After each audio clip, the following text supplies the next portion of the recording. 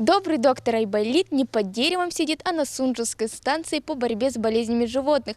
Приходят к нему лечиться и собаки, и коровы, и даже еноты. Последний пациент поступил сюда месяц назад. Местный житель нашел запутавшегося в сетке зверька, почти не подававшего признаков жизни, у реки. Его привезли к ветеринарам, которые оказали пушистому необходимую помощь. Теперь енот набирается сил дома у своего спасителя и частенько наведывается в клинику, так сказать, для общего осмотра. Он был обессилен, он был изнеможенный, даже лапками не мог нормально поднять, голову не мог поднять. Он постоянно клал голову на землю, чтобы так как бы обезопасить. То есть он приземляется, когда чувствуется опасность, он ищет место, куда ускользнуть. Вот он, видимо, тогда еще, когда хозяин его нашел, он цеплялся за различные ветки. Правда, сейчас незнакомых людей слишком много, поэтому сегодня енот на страже только своего настроения. Уже дома у своего спасителя он набирается сил. Когда зверек окрепнет, его выпустят на волю. Сейчас его жизни и здоровью ничего не угрожает. По нему видно, за месяц он поправился на несколько килограммов. В общем, одни плюсы.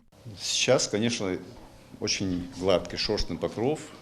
Его кормление уже говорит о том, что очень правильное, рацион правильный, потому что шерстный покров, волос покрывающий, остевой волос, пуховой волос, настолько естественно имеет расположение и очень гладкий, имеет разную окраску на морде и на хвосте почти они равноценные, то есть и по цвету, и по цветовой гамме, и по росту волоса. Осмотр в таких условиях провести сложно, признается ветеринар. Активничает енот много, оттого и брат наш меньший быстро проголодался. Поэтому первым делом накормить, а заодно можно будет проверить клыки и ротовую полость в целом.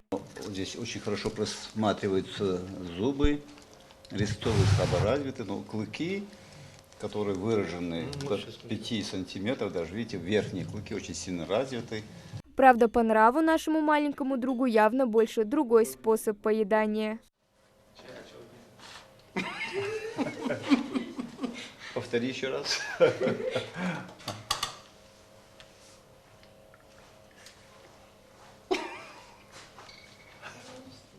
Снять такого активного зверька крайне сложно, даже для нашего профессионального оператора. Одной камерой тут вряд ли обойдешься, поэтому времени зря не теряя, мы решили устроить еноту небольшую фотосессию. Правда, был ли он доволен, вот так сразу и не скажешь.